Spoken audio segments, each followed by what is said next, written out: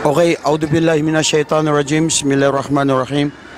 Alhamdulillah wassalatu wassalamu ala Rasulillah wa ala alihi wa ashabi amma ba'd.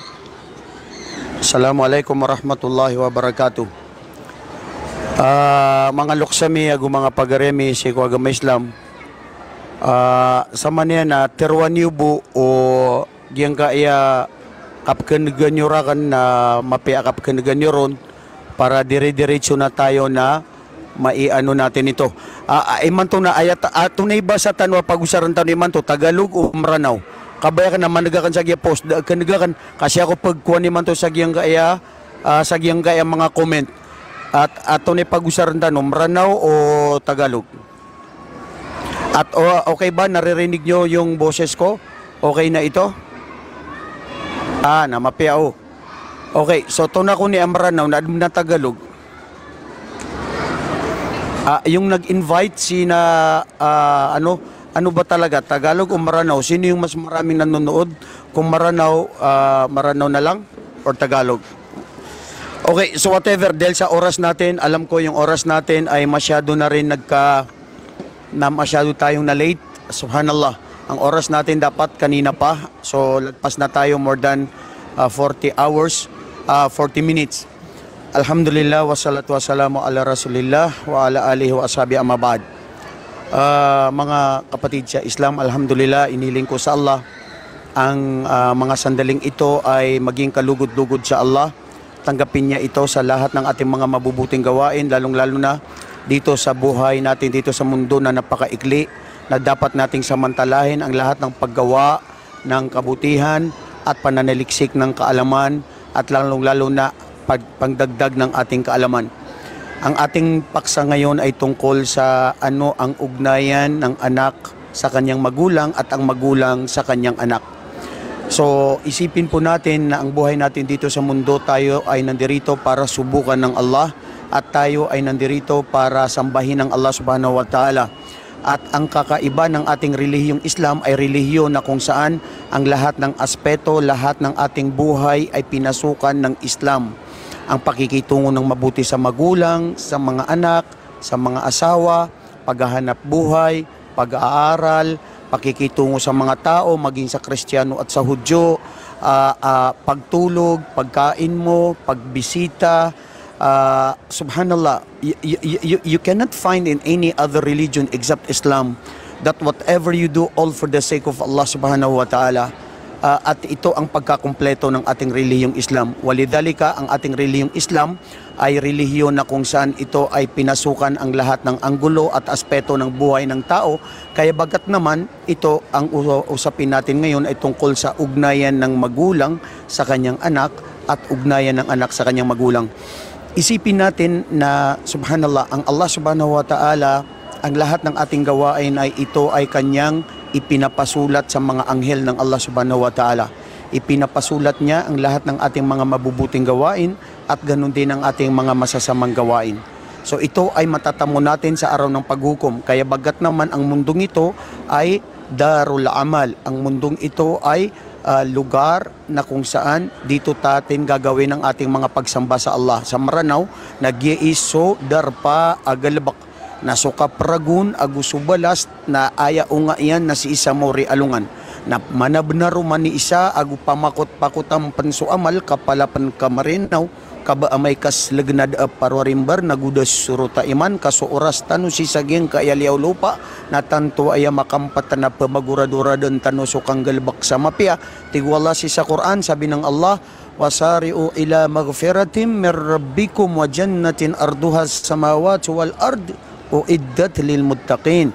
Pamaguradurad kanu si ko rila wallah agyang kutwa rila wallah na aya pamamagayan yan nagyuto sa surga yan aso surga wallah so kaula diyan na lagi dukala gilagi dulu pa aguso langit na kanaba aya maanan yan nagyang kaayakap kileta no sa ikulok pa agu langit na nagyuto din so kaula do surga kasukurga so surga na damiro pa agyang kutwa atitua matatago ko surga adalmian kainunta so Allah ititua matauro na uuidat lil muttaqin na pamaguradan kaps giya imbalas ko mga tao ang masanggila sa dusa maana mga tao ang maalakan si ko Allah subhanahu wa ta'ala. Giyang ka asakatan si sa giyang ka dunia na tanudan tanu na undudan tanwadaan nagyang kai akabenar o lukas si kuwata yan o di naso kipapantagan o mga wata si ikulok siyan. Hay mga Muslim at pumamakinag-ago di mentay iman to sa giyang kaiyatapan ay agagawi ang takakadun daw si ikulangwan apitim barangan na ingad anda ka no matatago iman to. Giyang kiad narakatano Allah sang kay dunia napsimbaan tanon siya sa kanyan. Tigu Allah sa Quran, wa ma khalaqtul jinna wal insa illa liya'budun. Surah Dhariyat verse 56. Dad na kiad na ko kung mga jin na gusto mga manusia inunta ad na kweran masimba. So aya kap simba tanu ko Allah na kailangan na maaayon si ko kinisungkad no na kininggal ba kanon o Rasulullah sallallahu alaihi wasallam. So kap simba tanu si ko Allah subhanahu wa ta'ala na ad na mababaloy aturan, ad na mababaloy adiyang ka, adip man subra, agyang ko to akap simba tanu kasutaw ami subra aluminio kuguris nagyuto sa mga tawa di gagalbak sa bid'a ay pambago ko agama na ayat itu na aya simba si ko Allah subhanahu wa ta'ala nagyang ko to aturan kiningulalan nun unabitan wa Muhammad alaihi afdalu salatu wasalam. So alam natin na ang buhay natin dito sa mundo ay pagsamba sa Allah subhanahu wa ta'ala.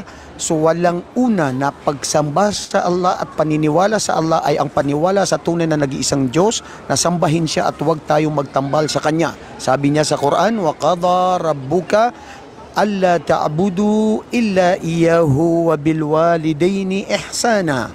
Ipinag-utos ng Allah subhanahu wa ta'ala na sambahin siya at huwag magtambal sa Kanya. Siya lang ang tunay na nag-iisang Diyos na hindi dapat tayo mag-ugnay ng anumang uri ng pagtatambal, baging tao, anghel o hayop o bagay na pagtatambal sa Allah, datapwat siya ang nag-iisang Diyos na dapat sambahin.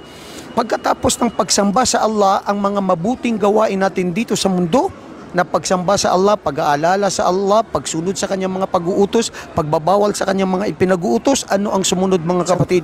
Walang tunay na sumunod na pagsamba at kalugod-lugod sa Allah ay ang pakitunguhan ng mabuti ang ating mga magulang. Pero Allah subhanahu wa ta'ala sa Quran, wa bil walidaini ihsana imma yablughanna indakal kibara ahaduhuma aw kilahuma fala taqul lahuma uff wala tanharuhuma wa qul lahuma qawlan karima. Allahu Akbar. Look at this beautiful verse of Allah subhanahu wa ta'ala, the beautiful words of Allah subhanahu wa ta'ala in the Holy Quran. At ipinag-utos sa iyo ng iyong Panginoon o Muhammad o kayo na mga mananampalataya na sambahin ng Allah ang mag-isa, ang tunay na nag-isang Diyos, pagkatapos ay ang pakitunguhan ng mabuti ang inyong mga magulang.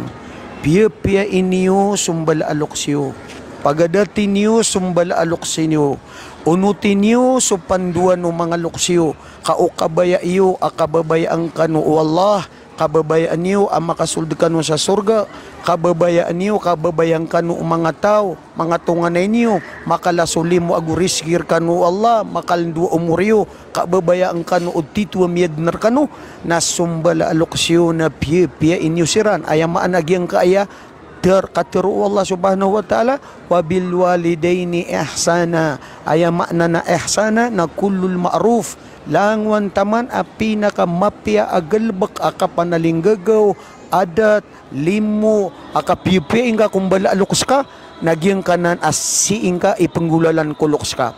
Antunay mga sarat o di na antunay mga example yan ay mga lagi diyan nagyang utwa igra dito rusuin aka dito ruswam aka na kailangan na pamamakinig na kapiya-piya. Ayat itu penaaturan akay layakiran na kailangan na dingga ipupurua matangka o di na dingga siran tatantangan na dirichu ka kailangan na mipapangalimbabaan na kasumatangka. Na aya penari amay kabang siran bentat talikudan o di na dingga siran pagilain o di na giyang kota matangka kiran na lagi duglat na ini sa pardanan wallah subhanahu wa ta'ala kada lagi diyan amiyak kalala adusa si wallah nagyang kanan Orian o kapanakutong ka kuwala, nagugiyang ka na akul walidain, gina na kasupakang ka kulukus ka, o di nakaratang kay parangay kulukus ka, o di na aya panari ko ibuang ka ulukus ka, o di na marata ginawan yan ka, kasabab si sagyang kuto, adi mapya, adi nga kirandikin dulunan. So, Aya, pitiro Allah subhanahu wa ta'ala wa bil walidaini ihsana na amay kasiran imma yablugan na indakal kibara ahaduhuma amay kusiran na raw tanyusiran so isa kiran anta kasiran na duwa na miya katwa amya nga lulukusiran din na kailangan na waqul lahuma qawlan karima na pag tero kanukiran sa katero mauntol katero amya kapepya katero ay kebebayaan wallah subhanahu wa ta'ala da lagi diyan amapya akatero da lagi diyan amapya ka panaling gagawa katero di pakalaan so katero tano katero apaka biya ka sagugud ap biya ka pepya naging kanan as siing ka terwasi kumbala alokos ka. Wallahi mga kapatid sa pananampalataya ang sino mang nagnanais na gusto niyang makapasok sa paraiso at tanggapin ng Allah, pakitunguhan ng mabuti ang magulang, respetuhin sila, sundin ang kanilang mga payo at paglingkuran sila ng tunay na paglilingkod. Dahil asahan ninyo at isipin nyo ang Allah subhanahu wa ta'ala ay doon siya sa mga tao na tunay na nagmamahal, nagrerespeto at sumusunod sa kanilang mga magulang. Huwag na huwag natin ipagpalit ang ating mga magulang sa kahit sino, maging sa asawa mo, maging sa mga anak mo, maging sa kahit sinong tao pa.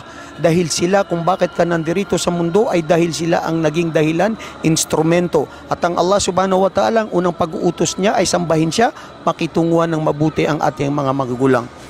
So itong aya na ito kung saan makikita natin ang Allah subhanahu wa ta'ala ay sinabi din niya dito sa aya, ayon sa mga ibang mga mufassirin, na pag sila ay tumanda na. Bakit sinabi dito ng Allah? Why Allah subhanahu wa ta'ala clearly emphasized and told us in this ayah, imma yablughanna indakal kibara ahaduhuma, when they become old, one of them you have with them when they are old. Anong sinabi ng Allah? Kailangan makitungo ng mabuti sa kanila na magsabar, magtimpi at maging mahinaw ng ating mga pagsasalita. May mga tao minsan na sinasabi nila hindi kami magkasundo ng nanay ko, nagka-clash kami, tatay ko, lumalakas ang boses ko sa kanya. Subhanallah, itong mga sinasabing paglakas ng boses, itong mga sinasabi natin na nagka-clash kayo sa mga magulang mo, hindi mo ba alam na ito ay isang uri ng pagsubok ito ng Allah sa'yo? Dahil ang tunay na pagtitimpi, ang tunay na pagsamba sa Allah ay kailangan may sabar. So kailangan ang pagsubok ng Allah sa'yo ay makitungo ka ng mabuti, magsabar ka sa magulang mo. Kung hindi kayo nagkakaintindihan, kung lagi siyang mataas ang boses sa'yo, lagi kanyang inuutusan, o di kaya ay mayroon siyang favoritismo siya sa mga anak niya, doon ka magtimpi, magsabar kasi ang hangad mo, you don't need in return, you don't need you didn't need compliments. Hindi ka nakikipaligsahan sa mga kapatid mo o di kaya hindi ka nangangailangan na may kapalit kasi ang gusto mo ay ang kalugdan ka ng Allah. You know, yung makitungo ka ng mabuti sa kanila na wala kang inahangad na kapalit. Ang gusto mo lang ay dahil para kalugdan ka ng Allah. So ibig sabihin, maski hindi ka mahal ng magulang mo, pero dapat ikaw ay mahalin mo sila at sundin mo sila dahil yan ang pagsubok ng Allah sa'yo. May mga tao na gustong mamatay sa jihad, may mga tao na gustong kalugdan ng Allah, gustong maging mayaman, gustong maging success. Wallahi, walang tunay na pinakamasukses na tao dito sa mundo ay dahil sa siya ay mabuti ang pakikitungo sa kanyang mga magulang. Hindi makalimutan na mailibing sa Tarikhul Islam itong si Uwais al-Qarni. Si Uwais, isa sa mga hindi nakita ni Propeta Muhammad, ngunit sinabihan niya si Umar ibn al-Khattab na humingi kay Uwais na humiling siya sa Allah dahil ang kanyang mga panalangin ay katanggap-tanggap diretso sa Allah. Anong dahilan mga kapatid? Bakit ang kanyang mga panalangin ay diretso katanggap-tanggap sa Allah? Dahil siya ay tunay na mapagmahal, marespeto, maaruga sa kanyang magulang, lalong-lalo na sa kanyang ina na natitira. Mga kapatid, hadith ng Propeta sallallahu alaihi wasallam, ang ating paraiso ay nakasalalay sa paa ng ating mga magulang, lalong-lalo na ang ating mga ina na kung saan sila ang tunay na nangangailangan ng pag-aaruga, respeto at pagmamahal sa kanila. Nabanggit sa hadith ni Propeta Muhammad sallallahu alaihi wasallam kung sino ang tao na dapat kong pakitunguhan na maging mabuti ang aking ugnayan yan sa kanya, sinabi ni propeta, ummuk, ummuk, ummuk. 3 beses na sinabi niya na ang iyong ina, ang iyong ina. Pang-4 na beses lamang ang iyong ama. Bakit mga kapatid? Dahil ang ina, ang sila ang tunay na nag-alaga, nag-aruga, at sila ang tunay na dumaan ng matinding pahirap sa kanilang buhay dahil sa sila ay nagdalagang tao, ibinuntis nila ang kanilang anak dahil sa hirap na yon at kinakailangan ng Allah subhanahu wa ta'ala, kung gusto natin kalugdan siya, sundan natin, respetuhin ang ating mga magulang.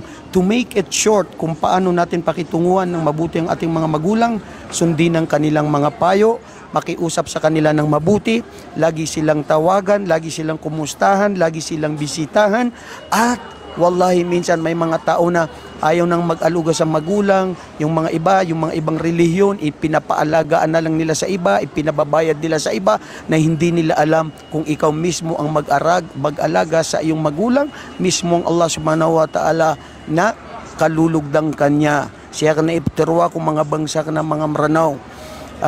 Tanto apya ka sigi-sigi, agumya ka pia-pia, agyang kutuwataw, amya kalalay limo, agumya kalalay gagaw, agu maunutan si kumbala aluksyan. Sa din sa tao, amalay limo, agumalay gagaw si kumbala aluksyan, napakas lang sa maliwanag, prilaan wallah, pakasulun wallah sa surga, prilaan wallah, aguda lagi diyan amala ababantuga wallah, si kum mga malaikat yan, si kum mga tao, nagyang kutuwataw, amaunutan, malay limo, nagumalay gagaw si kumbala aluksyan.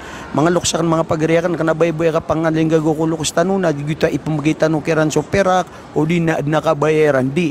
Kailangan na mapakilay kiran, agito ka pagunuti kiran, agu ka prespituy kiran. Di tanu sira ni sisambi, si ko mga tamo katano, si ko mga kadatu tano, si ko mga watatano, si ko mga tungantay tano, bulayo katano, kada lagi dia na manusia, api-pian tano, ipanganali mo na ipalinggagaw na sumbal alukos tano. Bapia miya matay sa mga lukos tano, na aya kailangan ami paniling gagawang kakiran, nagyang ko talalayon kasiran, ipangnisait sa dua sa iko Allah, agu lalayon kasiran, so mga ginawain, mga lulutiran, na di nga siran di pipi, pamisita nga kiran, kapaduto sa gagaw, agyang ko to, adi nga di ka panaling gagaw kung balaloks ka, agu di ka di manad ka para kuloks ka. Railaan tano, o Allah, baluin tanong niya na tituwa maunatan agu maalakan si ko mga luksyan kamataan kagyenan ititu asimbak wallah ap kababayaan yan pakasul sa surga na ayamala nagyang ko ta ipangalimu Allah siya sa dunya nalalamu sa alungan na mauri. To end my short message regarding about how to be good to our parents is that kailangan na ang pakitungo sa ating mga magulang ay sila ang dapat na kung ano ang gusto nila ang siyang mangingibabaw. Sundin natin sila, respetuhin natin sila, huwag itaas ang ating mga boses sa kanila. Sabi ng Allah sa Quran, wala taqul lahuma uff, wala tanharhuma, wa qul lahuma qawlan karima. Huwag nyo sabihin sa kanila ang salitang pagdadabog o parang ikaw ay utal-utal o nagagalit sa kanila, at huwag silang talikuran o sinakausap na ikaw ay nakatalikod o ang mata mo ay parang ikaw ay gusto mo na rin magsalita o lumaban sa kanila. Ngunit ang sabi ng Allah, wa qul lahuma qawlan karima, at sabihin sa kanila ang pinakamabuting pananalita na may respeto, habag, at hindi mataas ang ating boses sa kanila. Sana mga kapatid na pulutan ng aral ang patungkol dito sa ating pakikitungo sa ating mga magulang. Kung sino man ang gustong maging success dito sa mundo, maging success lalong-lalo na sa araw ng paghukom, ay nakasalalay sa ating pakikitungo ng mabuti, pag-aaruga at pagmamahal at pagsunod sa ating mga magulang. Habang nandyan pa sila mga kapatid, paglingkuran sila, dahil may oras na sila ay lilisanin nila tayo, at pag sila ay nalisanan nila tayo, wala na tayong oras para paglingkuran sila, wala nang paraan para anuman ang gawin natin bumawi, kasi si Satanas at ang ating sarili, ang ginugusto niya ay ang sundin ng sarili at si Satanas, at ayaw niya na tayo ay gumanawang kabutihan, lalong-lalo na ang pakikitungo ng mabuti sa ating mga magulang.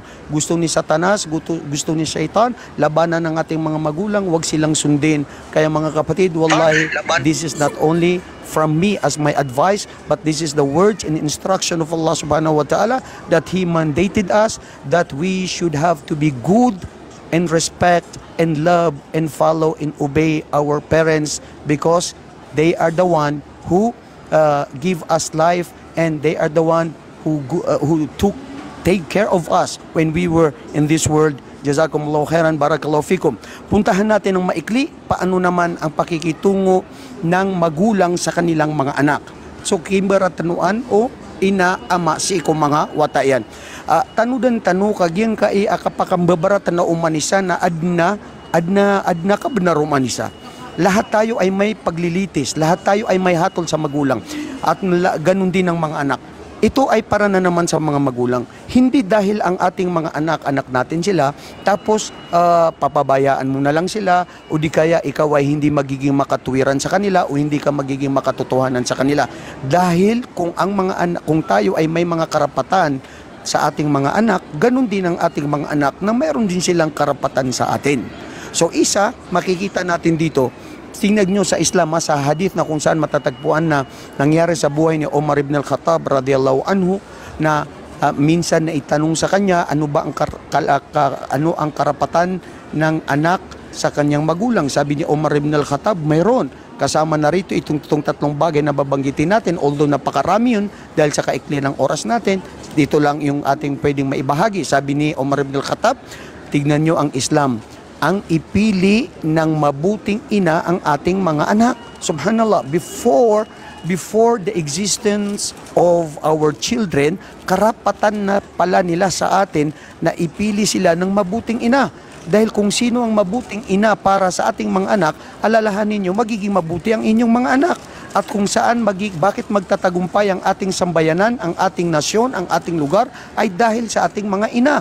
Dahil sila ang unang mga guro. Kung ang ina ay matakutin sa Allah, masunurin sa kanyang asawa, at mabuti ang ibinibigay sa kanyang mga anak, ibig sabihin aasa tayo na maganda ang ating magiging kinabukasan, lalong-lalo na sa ating lugar.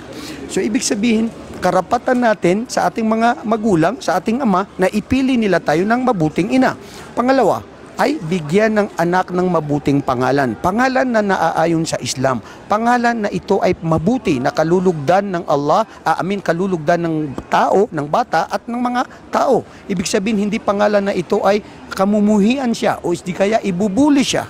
At pangatlo, karapatan ng mga anak na ibigay dapat ng magulang ay ang sila ay turuan ng magandang asal, ipakilala sa kanila si Allah, ang totoong relihiyon, at kailangan turuan sila ng Quran. Karapatan yan ng mga anak, mga kapatid, ating mga magulang na nakikinig ngayon. Hindi ibig sabihin tayo ngayon ay akala na natin, anak na natin sila, pinapakain na natin sila, ibinibigay na kung ano yung gusto nila. So, ibig sabihin, sapat na yon. And I'm telling this to myself. Sometimes I discover myself, I'm too busy in this world, I'm too busy with my works, in my job, in the field of da'wah. Pero sometimes, I see to it na minsan mga anak ko mas nangangailangan sila sa akin.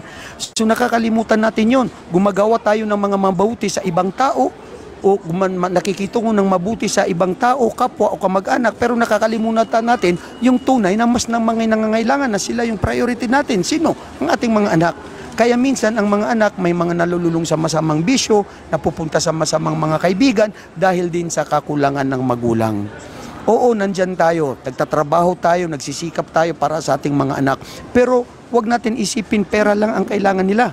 Kailangan ng ating mga anak na kinakausap natin sila, kailangan natin sila ay inaaruga sila, iniitindi natin sila, kasi pagsubok din sila eh. Meron din tayong mga sasabihin na minsan, lalong-lalo na minsan sa kultura ng mga Maranaw ay nakatawi nga sa ginongan, nakagiiniudu ka, inititi ka si wata ka, nasan siya kidingaw, nakaparan ka, di admang bukab na ruwata ka, kailangan na ipanalingagaw ka, ipangalimong ka, ipmitirain ka sa kanyan, kailangan na taguan ka sa limitado, adik pataya ka mundo. Mga kapatid, minsan may mga magulang din na dahil sa sobrang pagmamahal sa mga anak, ibinibigay na ang material at nakakalimutan na ano yung dapat na ibigay sa kanila. Ito yung magandang edukasyon, ito yung Islam, ito yung Quran, at pinakamabuti ay magandang asal. Bakit? Akala mo ba magiging success ang anak mo dahil nabigyan mo ng magandang edukasyon na naging doktor, naging engineer, naging attorney, at yumaman na? Yun na ba ang sinasabi natin na ating success? na maibibigay natin sa ating mga anak. Hindi po yun. Kasi pansamantalang success lang yan. Kasi pansamantalang mga biyaya lang yan. Ang tunay na pinakamabuting legacy, ang tunay na pinakamabuting yaman na maiwan natin sa ating mga anak ay ang takot sa Allah. Maging matakutin sa Allah. Sambahin nila ang Allah, ang tunay na nag-iisang Diyos. Si Luqman ibn Hakim doon sa Quran, sinabi niya sa kanyang anak, anong sinabi niya? Ya bunayya, la tushrik billah, o aking anak, huwag kang magtambal sa Allah, makitungo ng mabuti sa Allah, at sambahin siya na mag-isa, magpakumbaba ka, huwag kang maglakad na ikaw ay nagyayabang. Subhanallah, ito ang magulang na nagpapayo sa kanyang anak. Hindi yung makita mo yung anak mo, nakita mo may kamalian siya, sinisigawan mo at siya ay pinagalitan mo na agad. Hindi, kailangan mo muna lambingin mo ang anak mo, unawain mo siya kasi mas naiintindihan pa siya ng mga ibang kaibigan niya, ang kapitbahay niya kaysa ikaw mismo na magulang. So kaya minsan may mga anak tayo na sila ay nalululong sa masamang bisyo dahil siguro sa kakulangan din natin ng mga magulang na hindi natin may bigay ang tamang oras at tamang pagtuturo sa kanila. Remember, the best wealth and the best legacy that we can give, that we can leave to our children is the fear of Allah in the knowledge of Islam, and they will have to be good towards other people. The good character, yan po ang pinakamabuti. May mga tao na minsan nag-success na ang kanilang mga anak pero lumaki sila na suwail, basto sa magulang, walang pagmamahal sa magulang. Anong naibigay mo sa anak mo? Ibinigay mo na ang lahat pero sa kabilang dako na inibalas yan darkaatigong mga maranaw na walo adalam daatadumyang ko lokosyan, inikagudyan so lokosyan, maratay katutunganay, tangatol, maratayadat, katong naibali ay inibigay nga kuwata ka. Ayat tito mga luksakan mga pagariakan na sa mga watatano na pes isa Quran na miyatiruan nanu Allah. Ya ayuhalladhina amanu inna min azwajikum wa auladikum aduwal lakum fahdhuru. Sabi ng Allah, o kayo na mga mananampalataya, katotohanan ng iba sa inyong mga asawa at sa inyong mga anak, sila ay kalaban ninyo at mag-iingat-ingat kayo sa kanila. Anong ibig sabihin dito mga kapatid? Mag-iingat-ingat sa impluensya ng asawa, lalong-lalo na kung ang asawa mo ay iba ang kanyang itinuturo at iba ang sinasabi niya sa'yo, na mawala ang pagmamahal mo sa mga magulang mo at siya lang doon ka lang magmahal sa kanya, o di kaya sa mga kamag-anak niya, o di kaya pupunta ka sa pag-aaral sa Islam, o di kaya pupunta ka at gagawa ka ng kabutihan at ikokontrol ka niya doon. Huwag ka magpakontrol sa kabutihan, lalong-lalo sa mga asawa natin na ito mismo ang Allah ang nagsabi na minsan ang iba sa kanila ay nagiging kalaban. Sundin natin, pakinggan sila ayon sa tama na naayon sa turo ng Islam. Ganun din ang ating mga anak. Minsan dahil sa sobrang pagmamahal mo sa anak mo na hindi mo gusto na siya ay mabinasa suwata ka, madadag suwata ka, napagunutan ka sa kanyan, kulang uno kabaya yan. Dito ka pa kay. So kang babawata, nagtaguan tano sa limitado. Adna oras, ipundulo na sa mapya, na adna oras kailangan na kararangitan ka sa kanyan, badila bubu igiragyang kutumya kang gulawla sa kanyan sa dusa, o di na luminyo si kuwaga matano agama Islam, ka sino pa kaya ang magtuturo sa ating mga anak? Sino ang tulay na nagmamahal sa kanila? Walang tunay na nagmamahal sa anak kundi ang magulang. Totoo yan. Kayong mga anak na nakikinig ngayon, huwag nyo sabihin na mas mahal ako ng tita ko, mahal ako ng pinsan ko, kapatid ko, o kahit sino. No love, no true love, no true empathy, no true what is this? Justice. Whatever you can say, the all good things except na matatagpuan yan sa magulang. Naman tigo mga lukos tano so wata na tihaya o mata o lukos aguunga o puso. Eye of our eye. Ano ba? Tawag doon?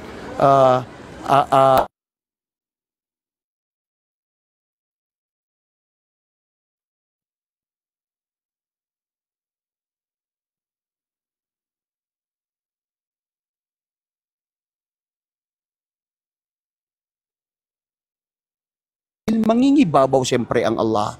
And Allah subhanahu wa ta'ala created us on earth to worship Him alone. Okay? So dahil sa pagmamahal natin sa Allah subhanahu wa ta'ala, mangingibabaw siya sa lahat kaysa doon sa iba pa. Tama, apple of our eye. Yung ating mga anak. At sila din, at the same time, sila ay pagsubok. So itong punto na ito, sana napulutan natin ng aral. Sana nabigyan natin ng justice. ang justice na makitungo ng mabuti ang anak sa kanyang magulang, pagserbisyuhan sila dahil ito ang tunay na pinakamamahal ng Allah ay ang mga tao na masunurin, mapagmahal sa magulang. Ganun din ang mga magulang, kailangan na mga watatano na masyap tanusiran, kapipian tanusiran. Huwag na huwag tayong maging unfair. Waliyaudu billah, minsan nakikita ito sa mga maranaw. So mga pado, o paman nakagiya ka sa tao, so wata ka ababay, na hapya ka lalaan ka sa inibigay ngayon, so tamo ka, na so mga pado wata ka, hapya mga mama, na pya ka ito so inibigay nga kiran, siman sa Islam na kanabagyan ko to abaya ginawang ka. Di, kailangan na sa kabaya wallah, sa kabaya o sharia, nasa manuto na da ka makapaginuntulan. Minsan kasi dumating sa buhay ni Propeta Muhammad sallallahu alaihi wasallam ang isang tao, sabi niya, usugo ng Allah, yung iba sa aking mga kayamanan, ibinigay ko sa aking anak. Sabi ni Propeta Muhammad, ibinigay mo rin ba sa iba mong anak? Sabi niya, hindi. Sabi niya, bawiin mo yun at kailangan pantay-pantay ang iyong mga anak. Oo, tama. Minsan may nauuna na mahal mo yung anak mo dito sa puso mo, sa pasekreto mo lang yun. Pero wag yung dahil mahal mo siya, bibigyan mo siya ng mas marami. Hindi, kasi pananagutan yun sa araw ng paghukom. Kaya may faraid sa Islam. Ano yung faraid? Yung mga years, di ba? Yung ako pa man nakaparail sa maranaw. Kana ba sabay ginawa nga sa kabayaw Islam, sa kabayaw Allah. Kasi kung susundan natin ang sarili natin na magiging dulm tayo, hindi tayo magiging makatuwiran. Mas katulad ng iba sa mga Muslim ngayon. Dahil paborito niya yung anak niya na mas marami na ibinigay niya. Which is wrong. Hindi. Kailangan papasok tayo sa Quran. Kung ano yung sinabi ng Allah sa Quran, na yun ang dapat. So sana sa mga sandaling ito ay napulutan natin ng aral, nabigyan natin ng justice ang patungkol sa pakikitungo ng mabuti sa ating mga magulang at ang mga magulang na makitungo ng mabuti sa kanilang mga anak. Mga luksakan, mga pagariakan si kuagamatan, wagama Islam, ay pakorean akan si nagyang kaiyakiad naraktan wala si sagyang dunia natan dan tano ka imanto na masa imanto rarautan tano aragaor rarautan tano miya kadakdak la fitna miya kadakdak limanto apakabinasa ko para tano amal tano nagusimba tano si Allah ndetarsan din so kadato so ilmo so watatano so mga karumatano agus ulang wantaman na kailangan na baluin tano agyang kaayakiad naraktan wala si sa dunia na mabaluy tano atitua simba agu mapagipatipat tano ginawa tano agu matimbang tan wag yang kaya kipapantagan tan si sagyang kaya dunia ini apakabiray akagadungan agu plaliman tano niyan agunda dagentan niyan di tanud nila so siringan tano so dato so ginawa itano so mga pedataw at inuto sige ya alim inuto sige na ustad inuto sige na giya miya dunia siran ayator duo umanisa nagyang kaya dunia ang kaya ginawa niyan kasi isa alungan na mauri na pagkatulong matano nakukumantan Allah na pagisian tano Allah nang gagaysa ha fayatihi yawmal qiyamati farada umanisa na pakumasi sa alungan na mauri na sirambu o sakabu ipakaw maro. Kana ba nga pagsikarumang ka, wata ka, ginaway nga, bulay ka, da, sakabu, napagising ka, wala, ino, initunayin ka, so kababaluin ka ang Muslim, ino, titu ka, amyan ang bayang sa lima awakto, ino, initapalak ka sa ginawang ka, so kapamaganta, ino, da ka pangwasi isagyang ko to ang mga tamo ko padika mga tunganay nga, ino, saka atitu na miyang ngunutan ko wala, o inunutan ka, so kabaya ikarumang ka, o di na mga wata ka, ang makasisilay si Kuwagama Islam, adaw to, dar kau to kaswatan ukad na ka Arabul Alamin mga luksakan mga pagariami relay kami niyo si sagyang kaaya kaya litano na ugaid na alhamdulillah si sagyang kaaya makampatauras na panginta akya ko ang tanwa isa tuma agyang kaaya amya nagtano as'alullah subhanahu wa ta'ala an yaj'alana minal ladina yastami'una alqawla fayattabi'una ahsana baluin tanwalla adi mamamakinag ko mga bandingan aturuan wagamatan wagam Islam arla kesadiran no tudinggulalan si iku ginaweran imanto na oras kasilimbagu ditandun penew ni mapita isagawi ka ditanu katawan na mapita imanto na ginatantano sa dunia peririla yung manisa so kipapantagu lukos kuwata yan so lukos suwata si kulo luksian so kakarumai sisiringan na tutungan na ya kailangan po natin magpatawad magunawaan at magpatawad para sa Allah, magmahalan para sa Allah. Napakaikli ng buhay natin dito sa mundo at huwag natin sayangin ang bawat sandali na kailangan natin itong magamit sa tama. Lalong-lalo na kayo ngayon, tayo ngayon, biktima tayo lahat. na nanonood sa mga social media. Ito ngayon, nandito tayo sa social media, napakalaking kalaban natin ito ngayon. Marami tayong oras na nasasayang na hindi napapakinabangan na mabuti. Mas gusto natin na nanonood ng mga makabundong bagay, mga makasalanan ng mga ginagawa ng mga ibang mga tao na nasaan yung para sa sarili natin.